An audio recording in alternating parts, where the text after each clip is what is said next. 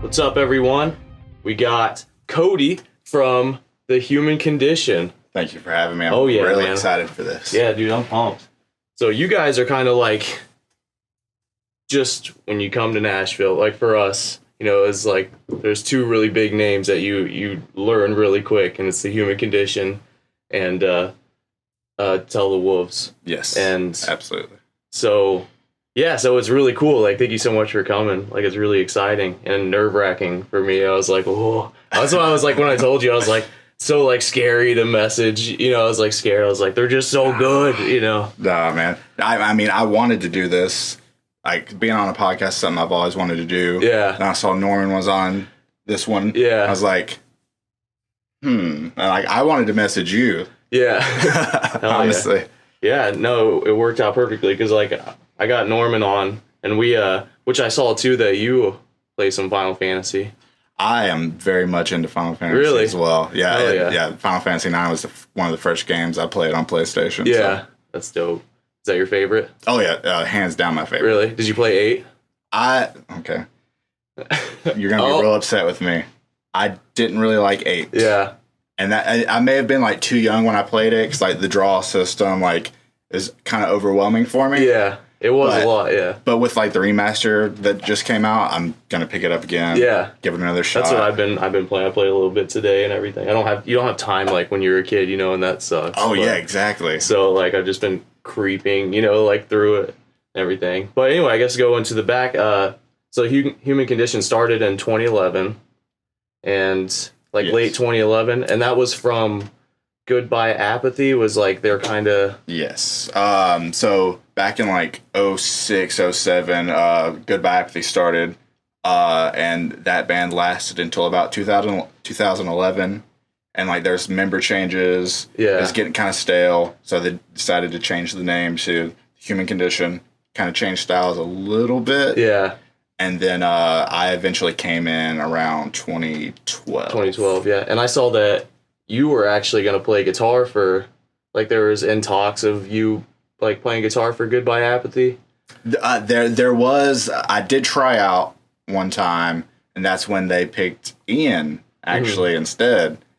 But I mean, it eventually came full around. circle. Yeah, because they had another guitarist, and then he's one of the like founders of Human Condition, and then they got you on. Yeah, so and then you released see, it was Death Blessings. DIY, you did that all yourselves. I almost forget that that's a thing. Yeah, I know. Well, that's what I was gonna say. I was thinking, like, is that us? Yes, it is. Yeah, I was gonna say, are you gonna ever put it on Spotify or anything? I don't think we even have the masters. I don't know. Just go to Bandcamp and download them, and then. No, I'd like to, because like there's people that don't even know that exists. Yeah, and like it. Back when we put it out, it was on a bunch of like blog spots. I mean, that kind of shows you how long ago it came out too. So like, there's like people that like still like will know that from like other states when we go out. Yeah, and it's just like I myself forget that was a time in our band, but it's possible. Now you bring that up, I'll see if we can do that. Yeah, that'd be cool. Because I was going through Spotify and I saw it wasn't on there, and I read through some of the. It was funny because the like review that I read through, they're talking about how, like, it started off melodic and then it wasn't melodic, and I was like, they just need to listen to the new shit because like you definitely got more melodic. There was a plan the whole time for it to go in the more melodic direction. Yeah, you just had to ease people in. Yeah. Slowly release some stuff. Yeah, it's really cool. And then so Grow House Recordings, was that like your guys' thing or? Okay, so Cody Stewart. He plays for the Browning. He now, I think, was under Reforce Media. I don't know if that's still his thing now. Yeah. But that's just Cody Stewart. That's the first thing that he ever went under. And I believe Death Blessings may have been like one of the first records he ever. That's crazy because he did. I know he did Selfish Love. Yeah, he's done all of our stuff. So he's done all of it. Yeah, that's cool. Yeah. So it's just that's a name that he probably hasn't heard in a long time. Yeah. So I have to bring it up. Throwback. Yeah. That's cool. And then the other thing, the big change that I saw was like when I was going through everything was like 2014 is when you guys you went through a couple lineup changes. Yeah, we were plagued with lineup changes from late 2013 all the way up until man, how long has David been in the band? It's been about 2 years now. So yeah, just like 3 years of constant lineup changes. To find people, it's tough, man. I mean, well, especially you guys like touring and everything so much. I'm sure that's hard to. Because like we had a vocalist change. In 2013, and our old vocalist Brett Eisen, he's like a pro wrestler now. He's really really? Good. Yeah. So be on the lookout for him. That's dope. But he owned the van that we were using, so when he left, we had to stop everything. Yeah. One, find a vocalist, and that's like the most important part of a band, I feel. So like finding someone that's going to be our identity, and then having to grow, get a van again. Yeah. That took 3 years. Yeah. So it took a lot of time to get this solid lineup, but like I'm completely happy with everyone in the band, and yeah, we're ready to keep going. It. Yeah, because so 2017, that's when everything was because that's when you released Esoteric Answers. Yeah. 2017. We had another bass player then, but it's just bass. Who cares? Yeah, right. But yeah, 2017 is when like getting that full length out was years in the making at that point, because we had all those songs written like 3 years before. Yeah. It's just, it took so long in between vocalists and getting everyone back on the same page and then recording. Mm-hmm. And it took a while, but it all came together exactly how it had to. Yeah. Is that the same album because I know when you guys did Death Blessings, you're already talking about how you're writing for yes. new, is that the same one? Yes. There's the song Obsession on that album was written at the same time Obsession 2 from our EP we just put out this year, which I know we'll get to. Those were written at the same time, right after we finished writing Esoteric Answer. So it's been like 6 years. Yeah. And all those old songs have finally That's crazy. Now. Did they go through like a lot of tweaks? Like, did you ever keep, messing with them, or were they pretty... a lot of it is kind of true to how it was then. There's like one like middle section in Obsession 2 that had to change a little bit, but honestly it almost was untouched. Yeah. Over 6 years. That's crazy. That's cool though. So how you know you got a good song if you can sit on it and like... It's because when I said earlier that we had a plan, and it's like that song, like when I wrote it, I knew like we can't put this out how we are now. Yeah. And everyone else in the band didn't want to put that song out. It was just like we called it too mature at the time. Because like we were all like early 20s, still wanting to be like the heaviest band in town. Yeah. And then here I come with like this big long chorus, pre-chorus stuff and clean sections, and it's just like we weren't ready for it. Right. But I made sure to keep it. Yeah. Just so when we were ready for it, which we just were this year. Right. And brought it back. That's cool. It's funny you say that, because it was really cool to kind of watch you guys grow and everything too, like just going through everything. And yeah, it started off as like, we're heavier than your favorite band. I know that was like your guys' big. Yeah, we had a tank top that caused a stir in the scene. Yeah, it was based off of Dodgeball. We're like better than you and we know it, or something like that. So we put the Cobra. We had the Cobra on the front, and on the back it said, "We're heavier than you and we know it." Yeah, and I mean we were still like getting to be kind of melodic then, so like it wasn't true. Right, never was true. But it's just we knew that creating that kind of stir would cause people to look. Yeah, and it worked. Yeah, that's some ways, because then there's going to be people that are like, this is heavier than, and then right. And then if the people that are like mad about it, it's like, okay, they're posting about it and everything posting about it, and also like prove us wrong. Mm-hmm. Like start a band, be heavier, and let's all do business. Yeah, true. That's cool. But yeah, and just like the growth of like where you guys are at now, it's all so clean, and Paul, I feel like just all the marketing aspect just looks really good. I appreciate that. We were meticulous about wanting the presentation to be like as good as possible, and to have like a consistent way that everything looks, and it just all is concise, I guess is what I'm getting at. And I mean, I'm not 100% happy with everything, but like everything is great that we did. I think we could all, like, I'm never satisfied. Right. I always think we can do more, do better. But for what everything has come out of everything, I mean, I cannot complain at all. For sure. Yeah, it all looks really good, and you're at where you're at, and that's a solid thing. I'm happy about everything. All right. I mean, so then we get to the latest EP, Why Haven't You Let Go, which released a couple months ago in August 5th. August 5th. But so you released this is a crazy story on my end. Selfish Love, the music video for that, and I remember I shared it, and then one of my friends was like, "I know this band."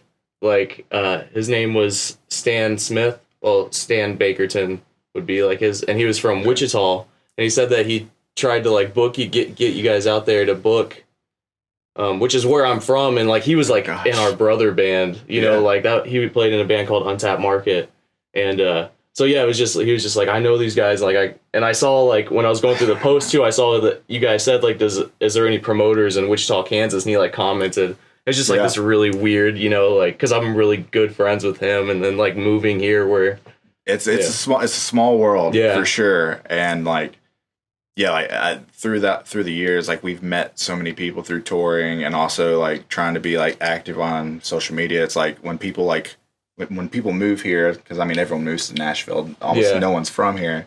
Like there's usually like some person that has some weird connection like with us, and like it blows my mind to think like how far it's like kind of like reached. Yeah. And I mean, I hope there's just more of that to come. It is wild. Like just your guys' reach and be able to do all the tours and everything, which I definitely want to get into. And then I kind of wanted to go into Selfish Love because I love the lyric, when will I realize that this life may not be for me?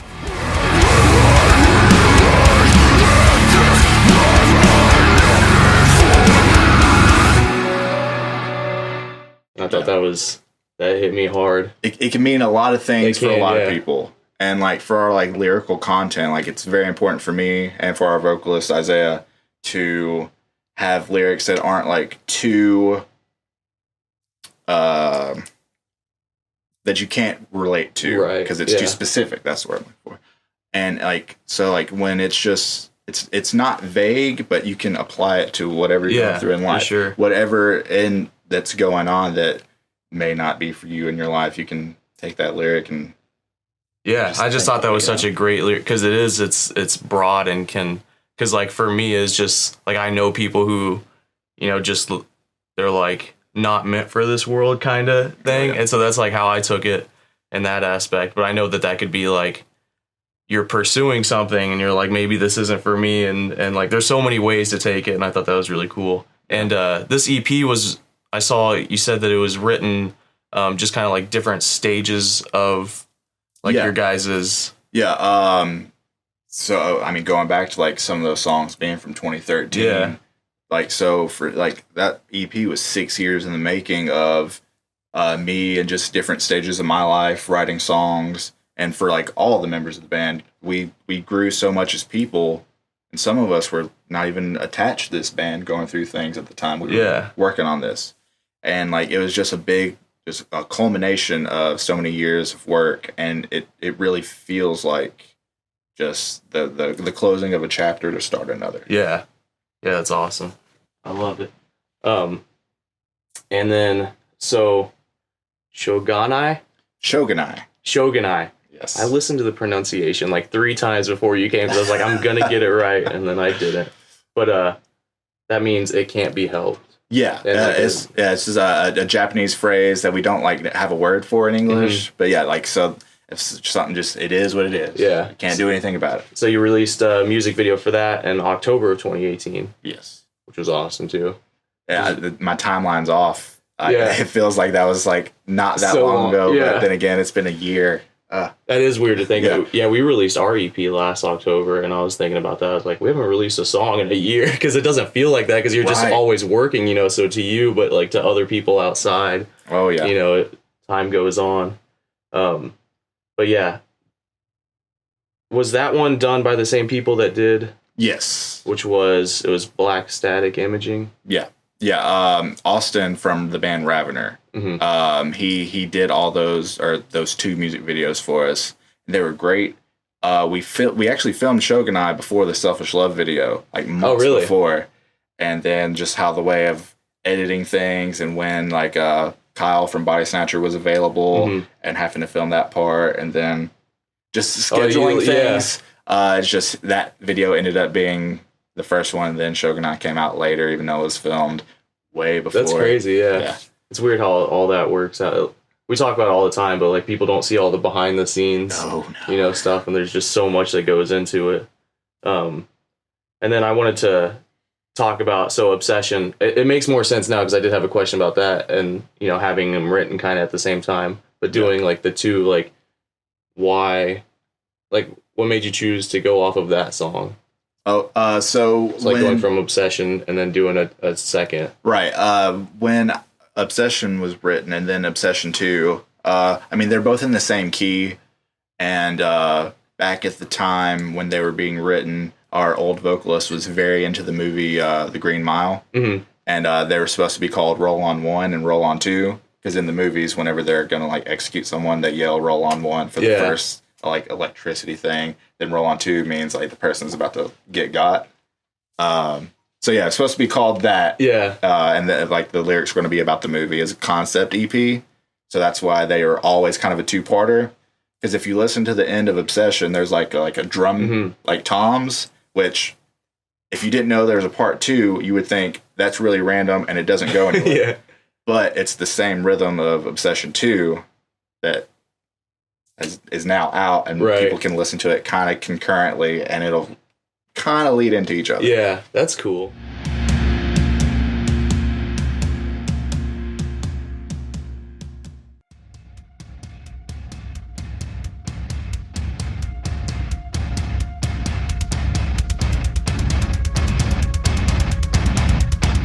I love stuff like that. I talk about that a lot with Norman.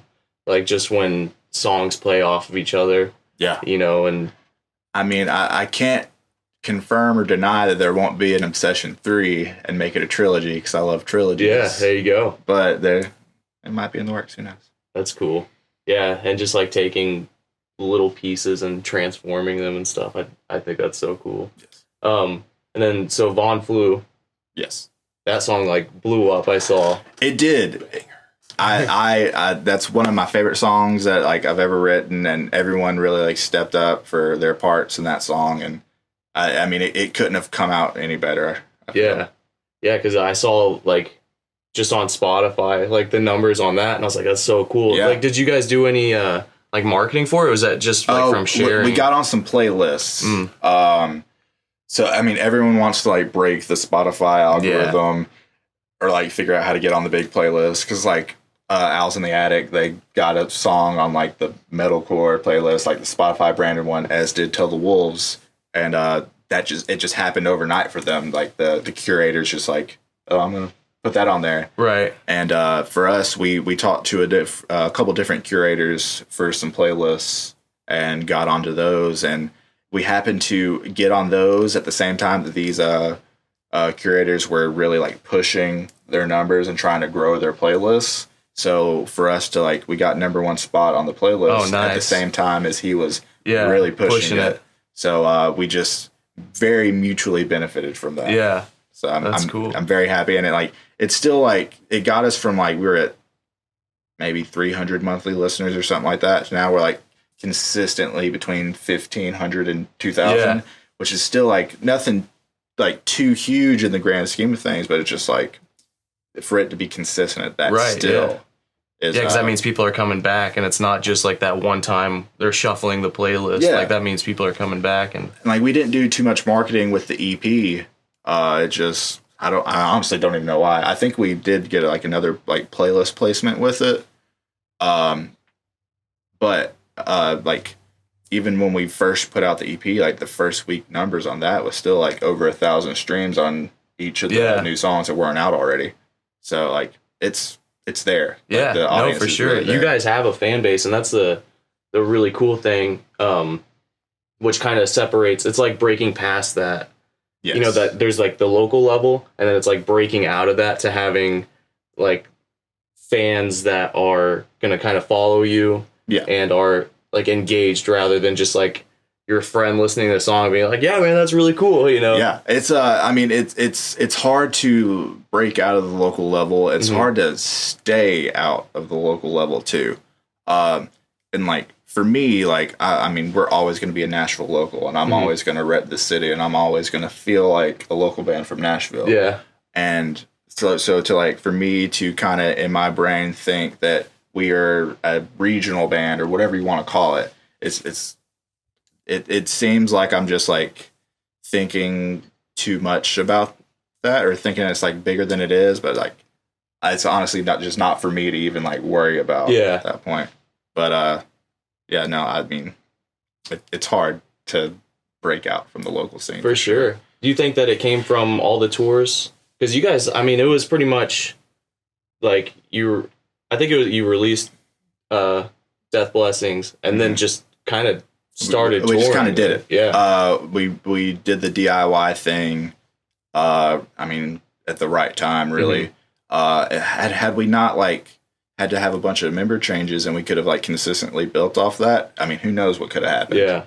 Yeah. We did in 2013, we did multiple like over 3-week tours that whole year, and it was great. And then now it took us years to even play out of town again. Yeah. And now we've tried to consistently play out of town, if not do like a week run. Because now that we're all like older and have like some more responsibilities, it's a lot harder to get out there. But like once the right opportunity comes along, I mean, we're gonna take it. We want to do this, right? So yeah, like we just wanted to do it back then, and we did it. Got a van. We traded in cars, like our personal vehicles and stuff, and put money down on top of that. Yeah. To get this van, and then I would be the one that would like try and reach out to bands and promoters to try to get anything. Just playing door deals on Tuesdays in the middle of Oklahoma kind of stuff. Yeah. You know?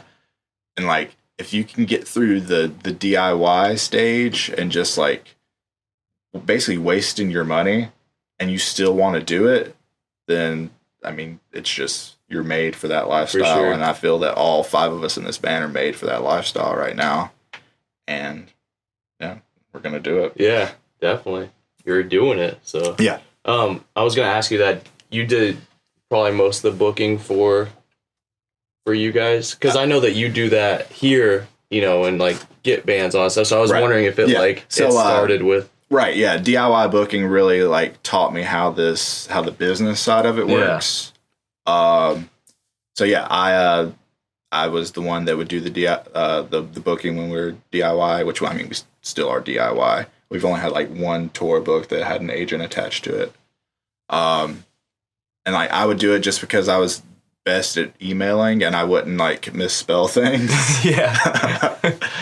So just like over time, I just learned all the terms people use and just how to, just what made sense as far as us being a baby band trying to play like a good market on a weekend. Like you have to really take some bad deals before you get the good deals. Yeah.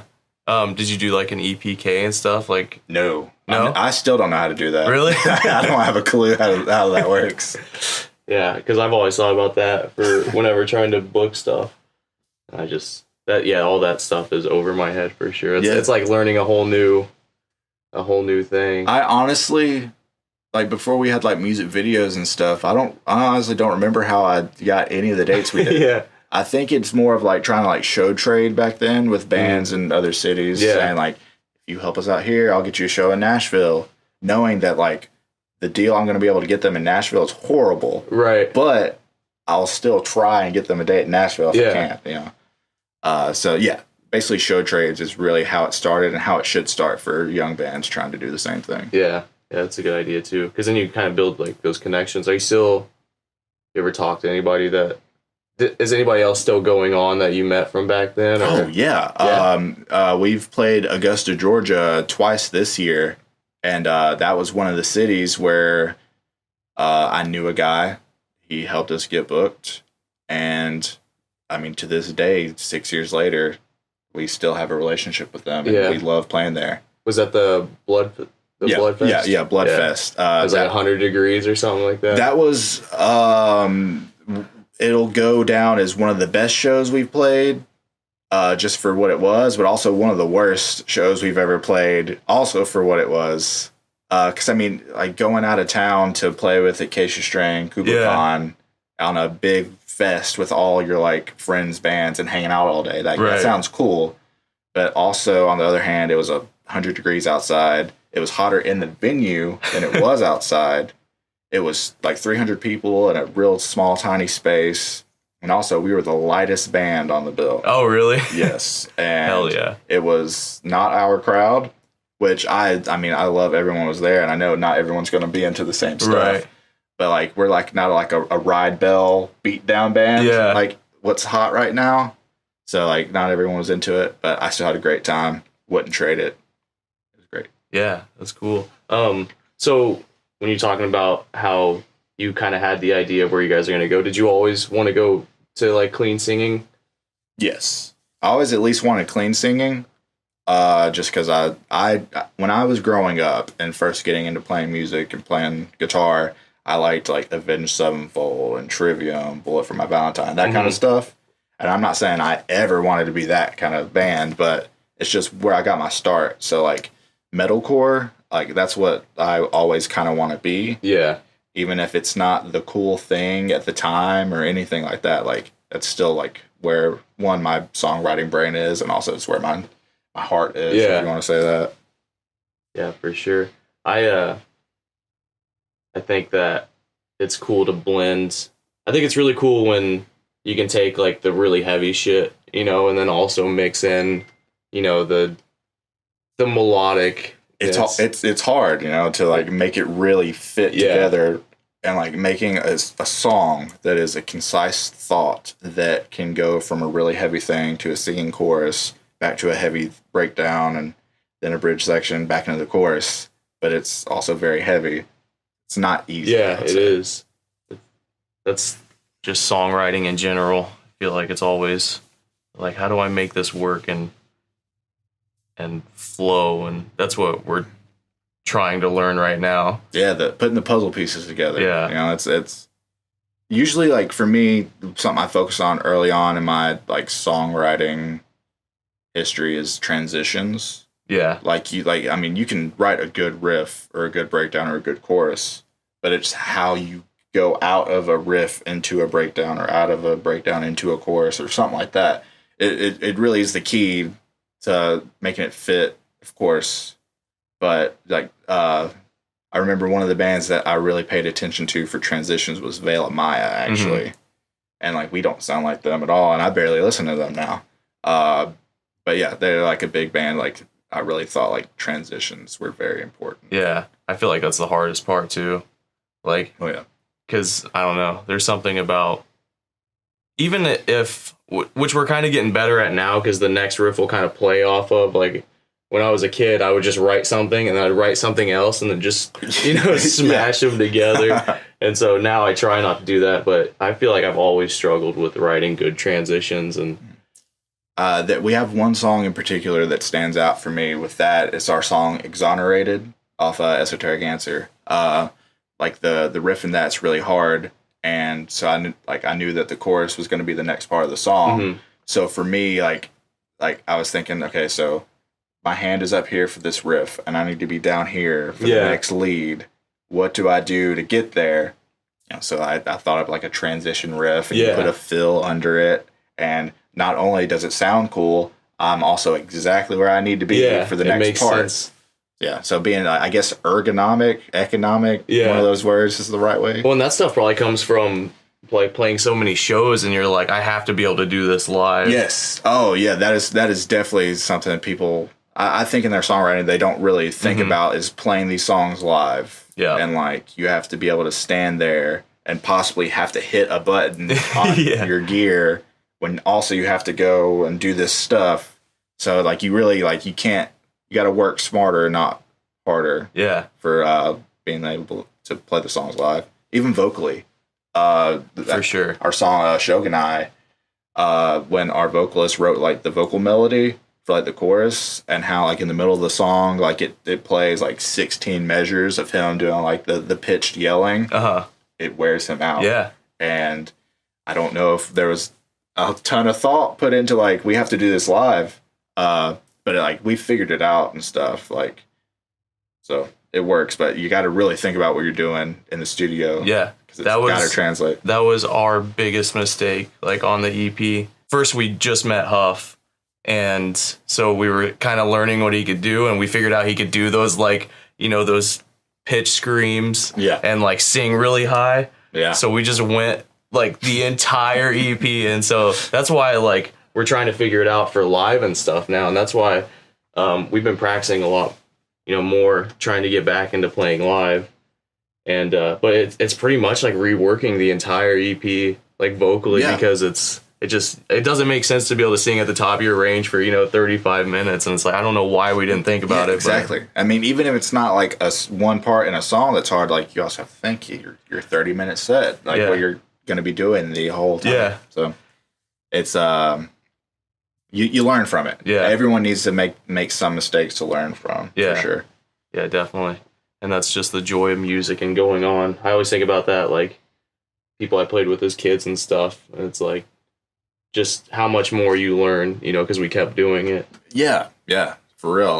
Like there was so many mistakes that I've made throughout playing in bands, and like there's some stuff like I wish someone would have told me back then that like what I was doing was really bad or really dumb.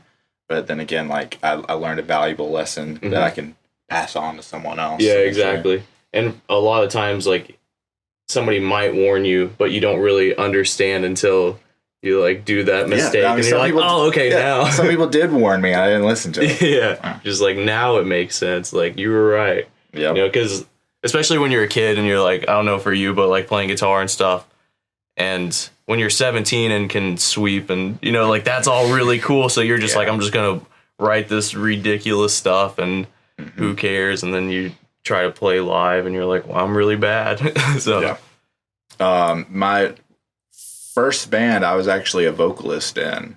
A really, really bad vocalist. I did inhales. Nice. And so I wanted to be a vocalist first before I was ever a guitar player in a band. And I mean, I've been playing guitar since I was like 13 or something. I feel like I started kind of late. So like I didn't really practice too much for a little while. And then the first band that I actually played guitar in was like a really like metalcore. It was Bullet for My Valentine. So it's like I had to really like work on chops again. So it's like I'm lucky I didn't start playing guitar at the time that I was like really into that mindset. So I learned through watching other people make that mistake. Yeah, for sure. Well, I feel like even doing the breakdown and stuff, I was thinking about gallops because I used to play in a deathcore band. I was thinking about how much better my chops were with my picking hand compared to like now. Because I feel that right now because we don't have too many like shreddy sections. So now it's like I can play triplets for days and like play like almost like bleed Meshuggah type stuff. But like as far as like any kind of like I know 3 sweep shapes now. Like that's all I can do. Right. Oh man. And then I wanted to go into the meaning of the human condition because I thought that was cool. Yes. Which is like the pursuit of meaning as a. It's what inherently makes us human. It's the thoughts that we all have, the things that we all go through simply because we exist. In whatever form we're in. You know, like why are we here kind of stuff, or like why is my brain constantly attacking me kind of stuff. And it's just like the band was already called this before I was in it. But like when I joined, like it's exactly what I would want a band to represent. Because the way we write and the themes we have in our music very much line up for what the meaning of the human condition is. Yeah. And I know it makes it sound like gimmicky. I mean, it's not. It just happens to make sense because I mean, the human condition is like all encompassing for our species.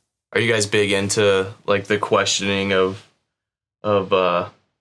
like we're really into just wondering how we're here, And like, then when you think of the big picture, we just had a huge conversation about like trying to understand infinity and eternity and like how everything's always been here. Yeah. You know, I get really existential. Yeah. So I'll think about that stuff. And I can't answer those questions. Yeah. I'll just sit there thinking with my little brain and the little bit of stuff I know, just being like, this doesn't make sense. Yeah. But also, like, if like everyone in the band has some kind of like different, like, we're all different places on the morality scale of things. Like, because I believe in like a higher power and stuff like that. And I don't want to go like too far into that, but it's just like other people in the band don't. Yeah. So it's like, not only do we touch on topics of that kind of thing, it's like us as ourselves, like we don't even really all stand on the same page as far as that goes. So it's like, it's a really wide arc of questions, I guess. And any one person that talks to any one of us at a show will get a different answer on anything that they want to talk to us about, if they even want to talk to us about anything. That's cool though. I think it's really cool when everybody can have different views and then be able to talk about it. Yeah. You know, like that's we coexist, like, for sure. And like bands that we play with, like, if they all feel a certain way, it's like they can get along with all of us, because I mean, whatever we individually believe, like, it's not going to change anything about how we interact with the people around us. So it's symbiotic for sure. Yeah. All right. And,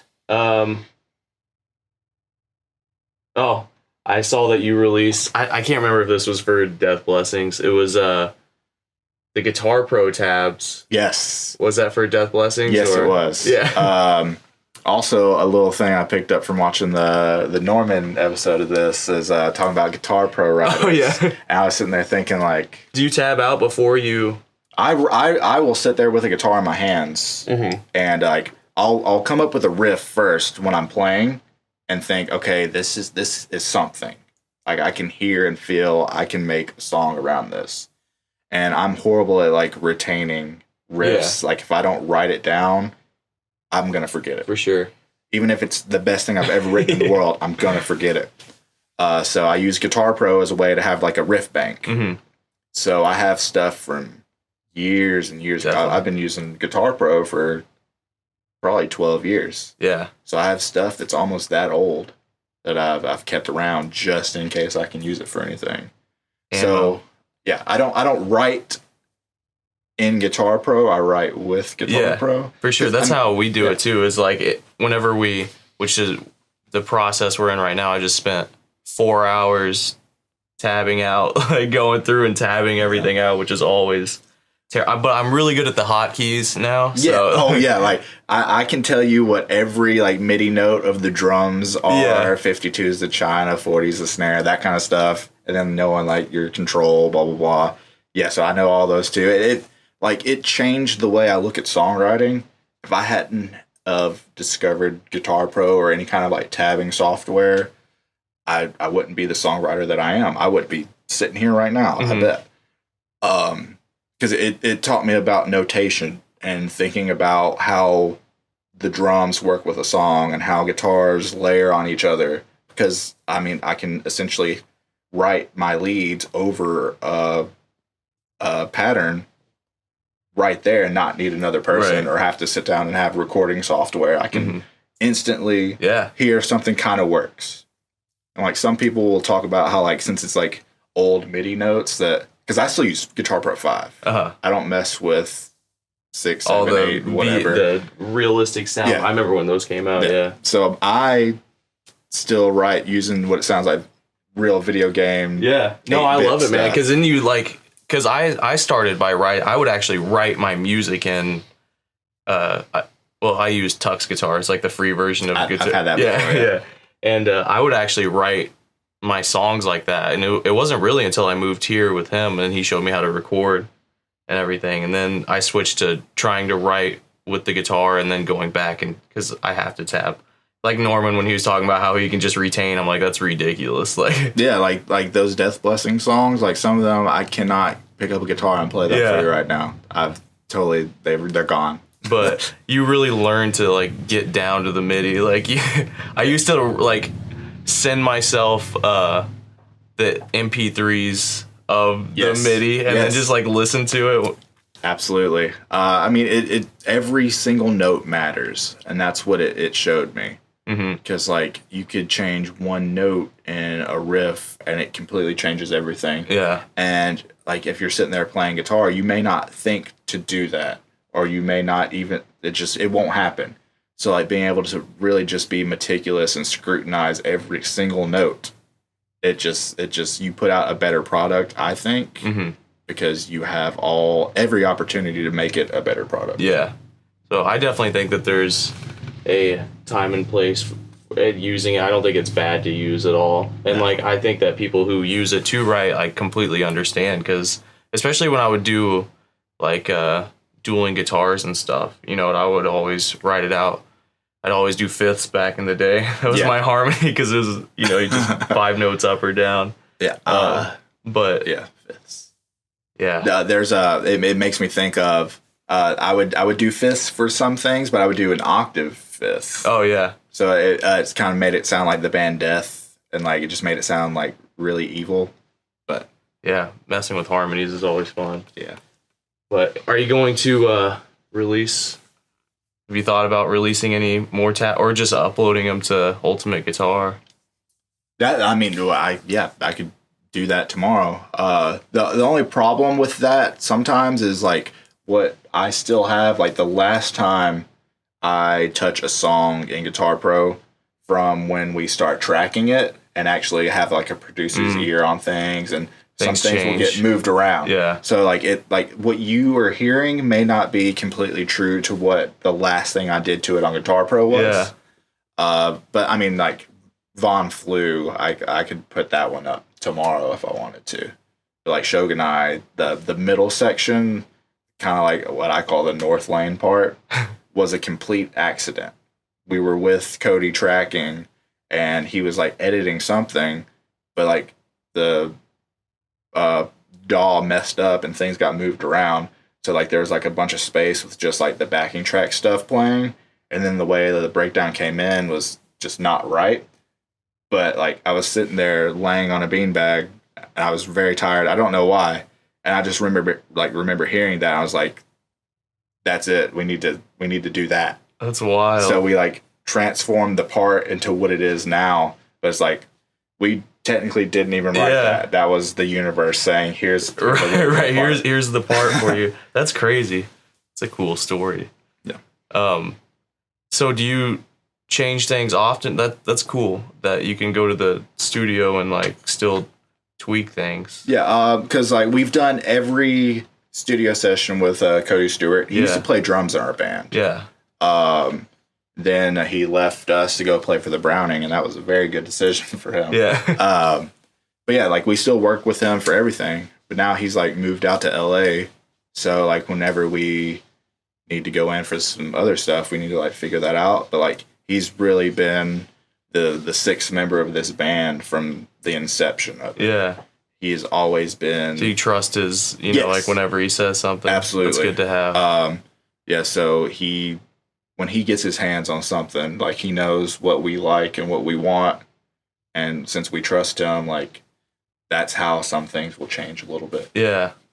Yeah, it's always nice to have kind of like an outside perspective, but not really, you know, it's like somebody that you trust, you know, respect as a musician to, you know, they're on the same team as you, you know, exactly. They're like, this needs to change or something like that. He has our best interests in mind, but he'll still tell us if something sucks. Yeah.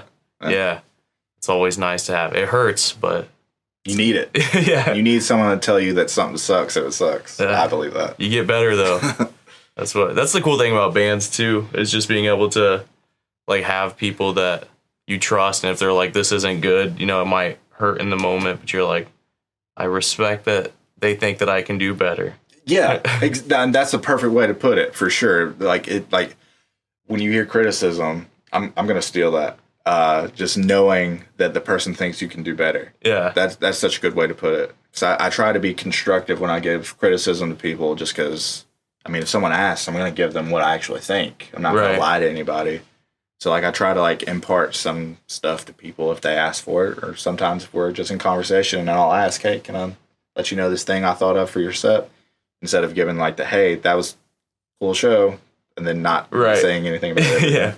I know that's what, when my friends, any of my friends that do play music, especially from back home, they'll send me something. I'm like, do you want me to be like the friend that's like, this is, hey, like this is cool, you know, good job? Or do you want me to give like honest feedback? Yeah. Usually they're just like, I just want you to say it's good. I just need that view on the video. Yeah. Yeah, pretty much. Did you see the thing about the end and exit in and the rock block, and they're trying to? Yes, I don't want to say I know more about that situation, but I've heard things. As far as I know, like the in and exit in are fine. That's good.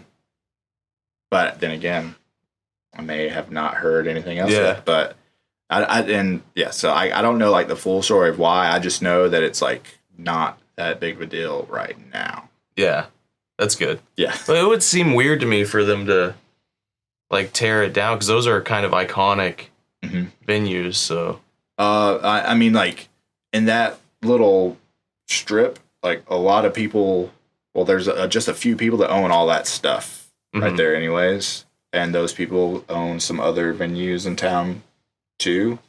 So like from a business perspective, like they're leaving some money on the table, but then again, like they have their hands in other things, so like maybe they could sell if the price is right, you know. But if that were to happen, like losing the end would be a really big blow to Nashville right now. Yeah, because it's the I don't want to say it's the best space for shows right now, since I literally work and book for a venue. But it's just it's become the new place for the heavy bands to go to, and that's what I'm passionate about, and they're doing good things for us. So if it were to go away, we'd really have to figure out like what's going to go on in Nashville. Right. Because like Aspire Presents, Mark Bradley's came down and started to do work here, and if he didn't come in when he did, I don't know like what our scene would look like, because Music City booking kind of getting out of the game, then other things happening with promoters in town, and then he came in at the right time to start sending shows here. So if there like wasn't a venue for him to send shows to anymore, like who's to say he doesn't try and just take everything to another city nearby and just leaves town, you know? Yeah, true. Which I don't think he would. Mark's a good guy. But it's just there's so many more layers to it than people may think. Yeah. Like what the future could hold. That's good. That's good to hear though, because I know I was like, I don't even know where you could play. I mean, Rocketown, but you know, there's things going on, and I could definitely do my best to accommodate things for sure, as I want to do. Yeah. Do you ever feel like you'll take booking, like keep going further with that, or is it just kind of? Yes. Yeah. I don't know like what my 5-year plan looks like with it. But I know that like I do want to be in the industry in any way possible. Yeah. Like I still want to play in a band, but I know like eventually like maybe that time of doing one or the other will come up. But like actually getting paid to do something that I really enjoy. It's like Rocketown's my like only job. I don't want to get too far into like personal finance, but like to be able to make a living doing what I love is great. Yeah. And being exposed to that, you always want more. And I also want to help out everyone else. You know, like if I make a come up, I want everyone to make a come up. So what the next 3 to 5 years looks like, I see myself still in Nashville booking shows, helping out who's ever doing what at the time. That's cool, man. That's cool to hear. That was like one thing that we had a rap group on called Red Drop Click. And I was talking about how like the hip hop community, they always seem very like trying to bring everybody up, you know, within theirs. Yeah. And sometimes with metal, I feel like, especially at a local level, sometimes not so much. I haven't had a lot of experience of that too much in Nashville, where everybody, like especially all the people we've had on, everybody's been super cool. But definitely back home in Kansas, people would, as soon as a band started going up, all the other bands start trashing them because they felt like they were. But it's just really cool to hear you say that, you know, you want to Oh yeah, I mean that's why we are still around. You know, like I've been playing shows for 11 years and I've been in the scene for 12. Like I've seen every single band start and break up. Yeah. That's ever played in the Nashville scene within the last 12 years. Yeah. You know? So it's like competition's a good thing, but like trying to get in each other's way is not. Yeah. You know, like people, like for say a big band comes to town, everyone wants to open for them. Yeah. There's usually 2 to 3 spots only. So you'll have 15 to 20 bands fighting for 3 spots on the show. And if the same band keeps getting the same opportunities, then some people are going to be a little upset with them. And we've been in that spot of being the band that gets a lot of these good shows.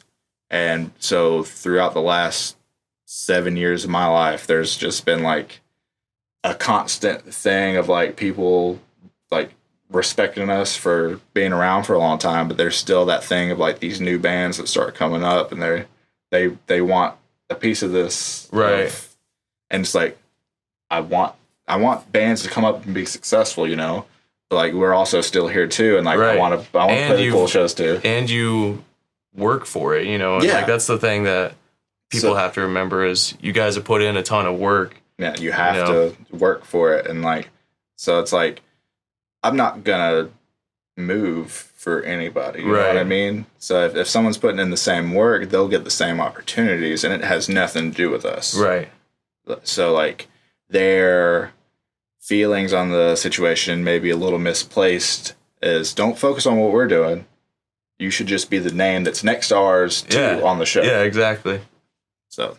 But so as you can tell, we've definitely ran into the band beef kind of thing over the years, and it's like it's kind of unfortunate. But then again, here we are talking about the band now. Yeah. Well, and I just think it's odd because it's like I say it all the time, but nobody ever listens to a band and like, sorry, I can't listen to your band because I'm listening to this band, unless there's like Metallica or Megadeth. You know, like I get there's exceptions and stuff, but.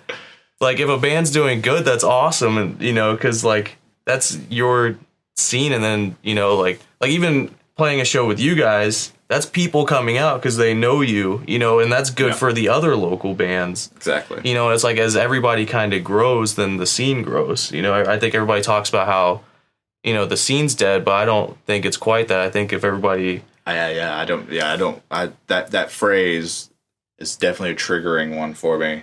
Because it's the scene's not dead. People who say that usually aren't even the people that are responsible for getting people to even come to anything. Yeah. Like they are the target audience and they're just not participating. Right. Like the people that are actually in bands putting in the work that are drawing 50 people to a show, like they're not saying the scene's dead. They're out there when their next show is telling you when to come out and they're just not going to. Yeah. So like the people that like talk the loudest about that usually have like the least to say about it too. So yeah, it's a lot of people just aren't putting in the work, or a lot of people are just, they were in the scene and now they're not, but they still want to talk about what they were doing when they were younger, what they grew out of kind of thing. Right. Yeah. I guess that's a really good segue into how did you guys start bringing out, because that's one thing that we're definitely still trying to figure out. And I try like Facebook marketing and stuff like that, and it might bring out a couple of people and stuff. But how was kind of your guys' process of? Okay, so when we had our old vocalist was a guy that was always in the scene. Like he had like a lot of friends that would come out to shows, and so really it was all like early on about all the people that we knew and all our friends coming out. But as we started to get older and those people stopped coming to shows, we had to reintroduce ourselves to a lot of the younger kids that were coming up. And so it helps that like our music is good and people like it. Like that's the most important part. Like that's never not going to be important. Right. You have to be talented. It sounds that sounded really weird. I don't want that to sound. No, I totally understand what you're saying.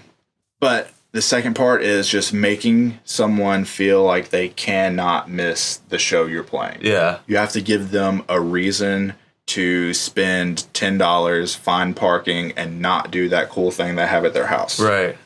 So you have to just give each show like a special little like gimmick, a way to promote it instead of saying, hey, we're playing The End November 27th or something like that. Yeah. You tell them why they need to be there. Or you do something special like, hey, we're playing a new song, or we're doing like a merch thing, or we're filming a music video or something like that. Give them a reason to want to be a part of it.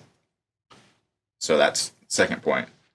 And my third point is more of like a personal thing of how I promoted shows, like on like my Facebook or anything. I just started being like really, I don't want to say annoying, but like very in your face, marketing wise. And I kind of modeled everything after Conor McGregor. Yeah. Of how he's just like this in your face personality, and he talks a lot of game, but he backs it up too. So I just, if you go back like years onto like some of my Facebook posts for promoting, sometimes it would offend people, but it also makes them want to come out and see like, is this band really as good as they say, kind of things. And like usually like we put on a decent enough show to where people are all right with that. Yeah. Or they'll come like to the merch table, talk to us, and it's like, wow, they're actually nice people. Right. And there's some nice shirts here. I want to buy that. So yeah, that's cool. Yeah. We actually talked about that in the last episode.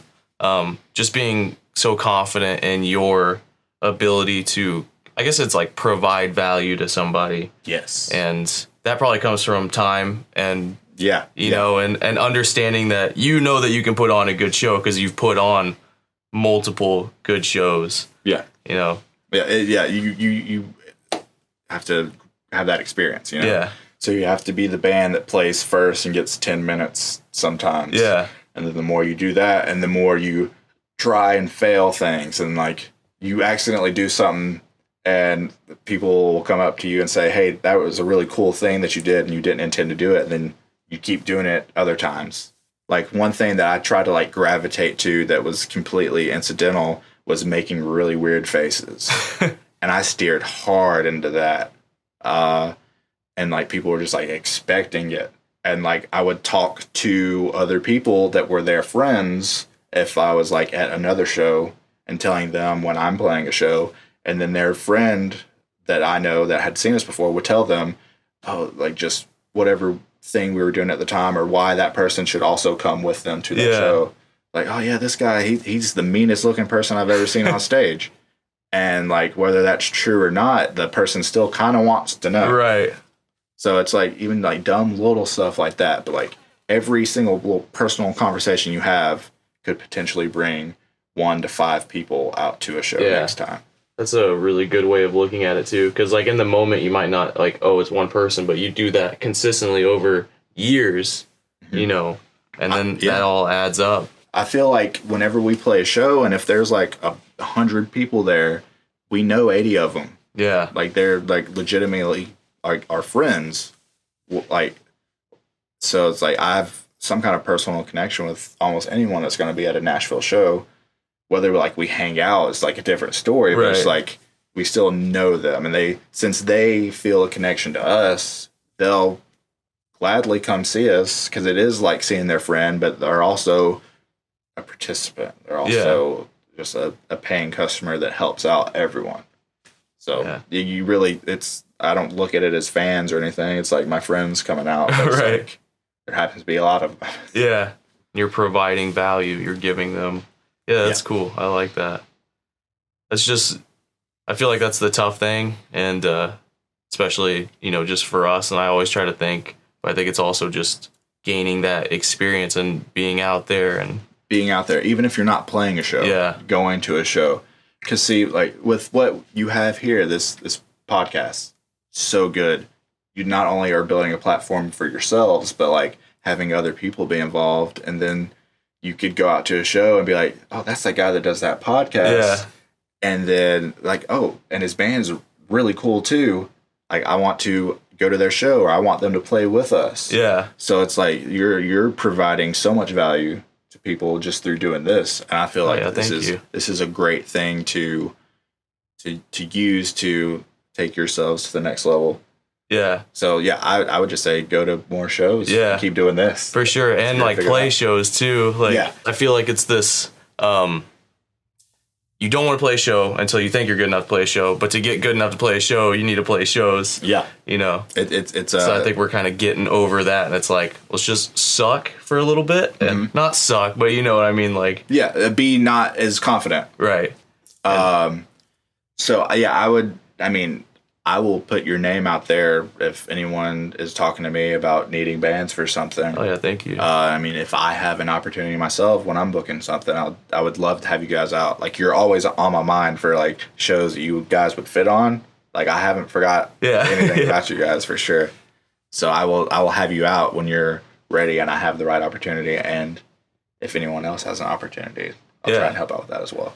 For sure. I appreciate it. It's just, and that's the thing about the podcast too, is it's really cool because definitely want to go out to shows, and we've been talking about it and just becoming a part of the scene, you know, like how you're so integral to, you know, everything, and that's really cool. And that takes, you know, going and doing all that. But this has been really cool too, because you get to sit down and talk to, you know, these other musicians, and everybody's trying to do the same thing. Yeah. You know, like you connect on this level because you're all pursuing something that most people are like, you're not going to be able to do it, you know? Exactly. And we've all been told that this isn't going to work out. We shouldn't do it. We should do something else. Yet we're all still here trying to do the same thing. And you get the crazy, like you guys played with Oceano, Whitechapel, like just so many of these, and you would have never got that without, you know, like doing this, you know, and that's what people don't realize. It's like, just because you're not making millions, like you're getting these experiences that are, you know, you can't trade. And it all prepares you for what's next. Like, so I had a point and I kind of lost it. So it happens. But I did want to ask about like booking. If you ever, this is just what I was thinking for you. Could you ever like bring in a big band and then put yourself on the bill, like with? Well, like, I don't mean it like I just mean it in like if you did like go up to where you could do these bigger things, like is that something that's? I've thought about this a lot. Because I wouldn't want any kind of like what some people would see as like nepotism, some form. Yes, but I think it's like you put in the work to get to the point where you can do that. Like I would say that you deserve to be able to. I mean, if I need to sell tickets for a show, I'll put us on it for sure. Because I can trust that. I know we have some sort of intrinsic value that you can assign to something. But if the band is like big enough to where like it doesn't need help, like I'm all about trying to help bands that deserve it. I'm not trying to say there's bands that don't deserve it.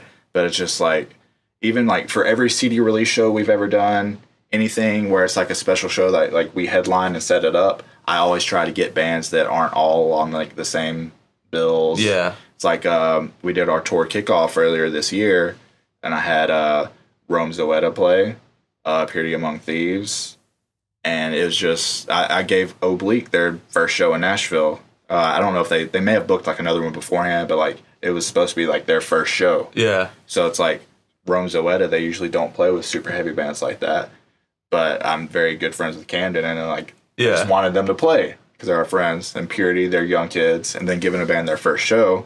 So it's like whenever I try to put a show together, I try to give people these things that they can use to promote, but also give them the chance to do that. Yeah.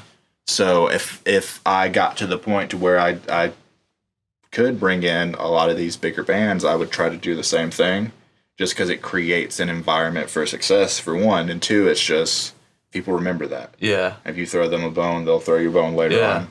That's really cool. I didn't mean it in like a douchebaggy way. It's like I'm bringing this band for. I was just like saying because like that is a skill, you know, that you have put work into. And so I was just, you know, I didn't know if like bringing a big band and like how far you could take that. Yeah, no, I'm definitely going to book Bring Me the Horizon, and we're going to open for them. Hell yeah. No, you should. That would be cool, especially with their new sound.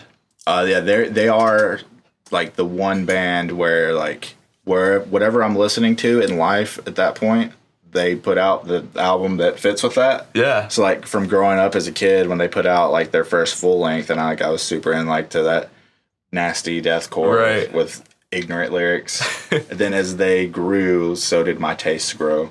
And I've kind of wanted like us as a band to sort of mirror that. Yeah. Not to like the extremes that they have, but just like as you have seen, like each of our releases is a little more melodic, a little more extra stuff into it. So like there's definitely a band that we kind of model our growth after, at least me personally. That's why they were on my mind to bring up then. I enjoy change. I think it's cool when bands can do that. Yeah. You know, like, and everybody's always like, you sold out. But if they sold out, they would keep playing the kind of music that everybody wants them to play. Like, that's... Well, why don't people understand that? Yeah. So I think it's awesome. And, like, and that's what is really cool with you guys, too. Like, just listening through, you know, and going through the journey and just hearing the music change. And I think that is awesome. Are you looking, like... So I guess what's next? It's a good question. Obsession 3. That's in the pipeline, maybe. Yeah, we have 6 or 7 songs we're working on at the moment. There's maybe 2 that are anywhere close. It's like this is the first time in like the history of the band we don't have something we're sitting on. Right. So like that's gotta feel good in a way too, though. No, honestly, no, because like now it's like we really got to get to work on this next stuff. Yeah. So it's like not having any concise songs, just waiting to track it's on my mind like literally every second of the day. But there's movement being made. We'll have once the next year starts, we'll have something for sure. We're not gonna wait too much longer. Yeah, not gonna have a 6-year gap or. Yeah, we had between the Death Blessings and Esoteric, there's 4 years. Yeah, and then between Esoteric to like this EP, it's like there's been a lot of time between each. Yeah, so it's really cool though that you grew in that like downtime, you know, as well, like just from like playing shows. And I don't know, it's really we flashing unread. Damn. Anyway, so it's got like 5 minutes we can make it through. All right. But yeah, so just going like releasing that and then growing, like, you know, as much as you guys did. I guess I shouldn't say that. Did you feel like the growth was in between like the transitional period, or was it the start kind of grew and then there definitely was a lot of growth in that time, because like it'd be irresponsible if there wasn't. Yeah. You know? So like there's growth in our personal lives that led to us being more adult and being more mature to really think about what we're doing. I don't want to say there was too much conscious thought into what was going to be next. Right. But the growth was there, of course. And now, since we are going to be writing more on the fly, I guess you would say, there's not going to be like too much time in between. We're really going to see with this next stuff what's next for us, for sure. That's cool though. It's exciting because you're just like, who knows? Yeah. There's been a lot of like internal stuff about like what is next. What do we want to sound like? Yeah. Which I don't think about that. I just write what I'm inspired to write at the time. And maybe not everyone is too into that. It's like, I'm the main writer for stuff. It's like everyone else is either kind of busy and like, or it's just, I'm the one that just finds the time to do everything. It's how it's really always been. So like basically like what I write is kind of like, okay, I guess that's what we're doing, but I have to you get everybody's feel the room. Yeah, you get everybody's input. Yeah, so there's already been a lot of internal things of maybe let's not do that, let's more do that, and then I have to sit down and be like, okay, how do I do both? Yeah. You know, because I don't want to lose any kind of identity based on whatever's like popular right now. Right. I'm trying to sound like anything, because that's going to be dated by the time this stuff comes out anyways. Yeah. So I don't follow trends. So who knows what the next stuff's going to sound like. Just true to yourself. Yeah. I really enjoyed the EP, so just taking some of that and I always love melodic stuff, so. Oh yeah, that's not going away. Yeah. It's just gonna go more that route. Yeah. Yeah. Definitely. Hell yeah. But all right, well, wish I had another battery. It's one thing. Good, one thing we'll eventually upgrade to. But thank you so much, and we should do another one sometime. Let's do the part 2 with everyone else. Yeah, for sure. yeah. I'd love that. That would be cool. So cool. Archive number 21. 21.